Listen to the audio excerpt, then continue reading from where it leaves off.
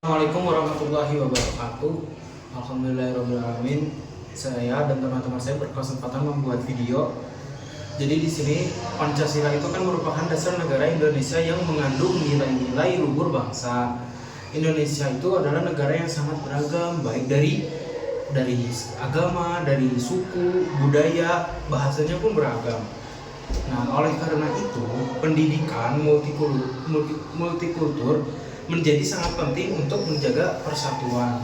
Nah, dalam presentasi kali ini, kami akan membahas bagaimana Pancasila berperan sebagai dasar dalam pendidikan multikultur di Indonesia. Saya Habib Muhammad Zain dari Teknologi Pangan Universitas Pasundan, kelas D. Dengan NIM 253 020 160.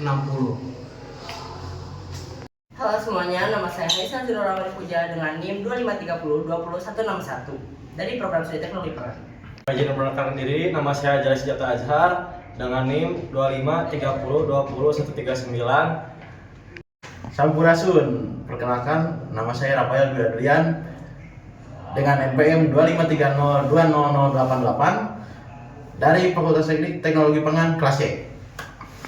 Saya Ega Gani Pratama dengan NPM 2530 20143. Assalamualaikum warahmatullahi wabarakatuh. Perkenalkan, nama saya Ajwadi Patnandi Wardana Albayaki dengan NPM 253000124 dari Prodi Teknologi Pangan kelas D. Definisi pendidikan multikultural ada dua pendapat para ahli. Yang pertama dari Azyumardi Azra, pendidikan multikultural sebagai pendidikan untuk atau tentang keragaman kebudayaan dalam merespon perubahan demografi dan kultur lingkungan masyarakat tertentu atau bahkan demi secara keseluruhan.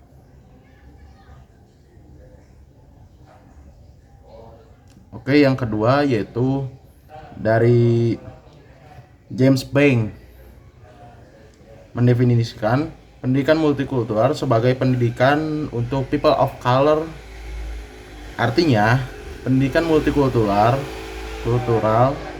ingin mengeksplorasi perbedaan sebagai keniscayaan atau anugerah Tuhan, di mana dengan adanya kondisi tersebut kita mampu untuk menerima perbedaan dengan penuh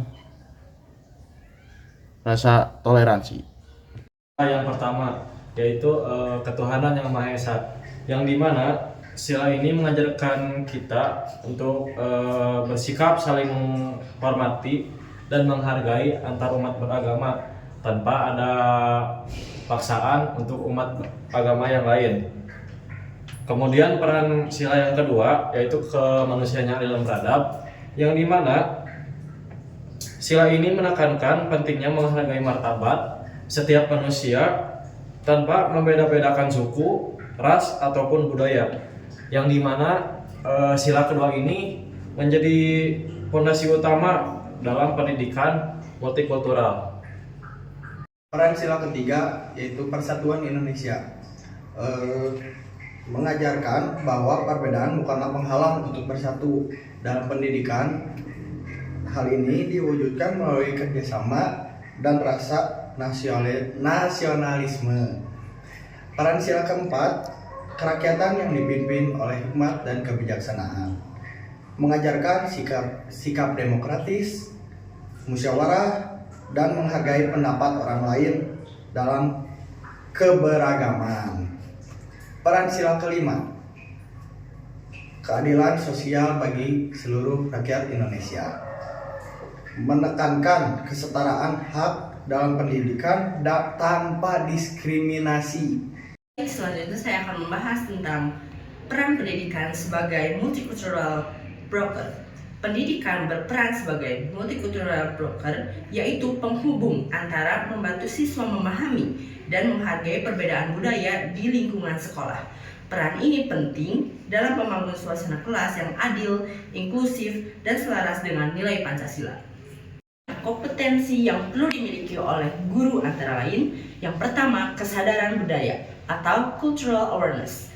Guru perlu menyadari adanya bias antara prasangka peduli pribadi agar tidak memperlakukan siswa secara tidak adil.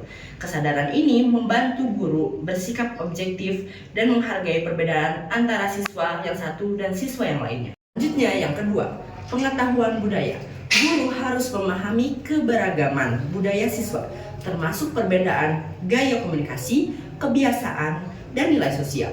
Dengan pemahaman ini, guru dapat menghindari kesalahpahaman serta menyesuaikan metode pembelajaran yang akan diberikan kepada siswa.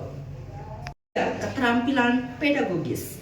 Guru dituntut mampu merancang pembelajaran yang inklusif dan menciptakan safe space bagi siswa sehingga semua siswa merasa aman dan bisa berpendapat dengan nyaman di lingkungan belajar. Selanjutnya, saya akan membahas tentang tantangan yang dihadapi di lingkungan belajar. Dalam penerapannya, pendidikan multikultural menghadapi beberapa tantangan. Yang pertama, etnosentrisme. Sikap menilai budaya lain berdasarkan standar budaya sendiri dapat memicu diskriminasi dan menghambat sikap saling menghargai di lingkungan sekolah. Yang kedua, kurikulum yang terlalu padat. Padatnya materi akademik membuat guru seringkali kurang memiliki waktu untuk menanamkan nilai karakter dan multikulturalisme secara formal di lingkungan sekolah. Yang terakhir adalah pengaruh media sosial. Paparan hoax dan paparan konten provokatif negatif di media sosial dapat membentuk sikap intoleran pada siswa, sehingga guru perlu membekali siswa dengan kemampuan berpikir kritis dan literasi digital. Kemudian ada 5 contoh studi kasus yang telah kelompok kami kumpulkan. Yang pertama, sekolah-sekolah di daerah konflik pasca damai, mereka menggunakan kurikulum berbasis perdamaian. Yang kedua, sekolah-sekolah menerapkan proyek pameran lintas budaya untuk menumbuhkan sikap menghargai antar siswa. Yang ketiga, adanya kegiatan dialog di ruang diskusi mengenai antar agama di sekolah untuk menciptakan sikap toleransi dan menghargai perbedaan keyakinan. Yang keempat, pengintegrasian nilai-nilai Pancasila dalam mata kuliah melalui studi kasus keberagaman sosial di Indonesia agar mahasiswa terbiasa berpikir adil dan inklusif. Kemudian yang kelima, program pertukaran pelajar antar daerah guna menghapus stigma negatif antar suku. Teman-teman, jadi sebagai kesimpulan, pendidikan multikultural memiliki peran yang sangat penting dalam kehidupan bangsa Indonesia yang majemuk tentunya. Melalui pendidikan multikultural, peserta didik diajarkan untuk memahami, menghargai, dan menerima perbedaan sebagai sebuah kekayaan, bukan sebagai sumber perpecahan ya.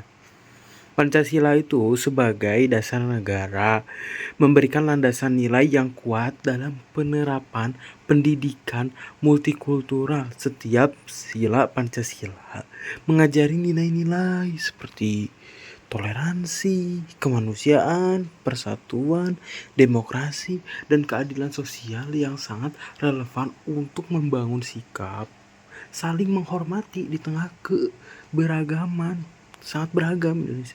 Dengan menjadikan Pancasila sebagai pedoman, pendidikan di Indonesia itu bisa diharapkan mampu membentuk generasi yang berkarakter, berjiwa nasionalisme, serta mampu hidup berdampingan secara damai. Oleh karena itu, penerapan pendidikan multikultural yang berdasarkan Pancasila bukan hanya menjadi tanggung jawab sekolah, tapi juga keluarga dan masyarakat. Jika nilai-nilai Pancasila benar-benar diterapkan dalam kehidupan sehari-hari, maka persatuan dan kesatuan bangsa Indonesia akan semakin kuat. Siapa yang gak mau? Nah, mungkin demikian saja presentasi yang dapat kami sampaikan. Semoga materi ini bermanfaat dan menambah pemahaman kita tentang pentingnya Pancasila dalam pendidikan multikultural. Terima kasih atas perhatiannya kawan-kawan. Terima kasih juga sudah menonton video ini. Sekian dari kami. Assalamualaikum warahmatullahi wabarakatuh.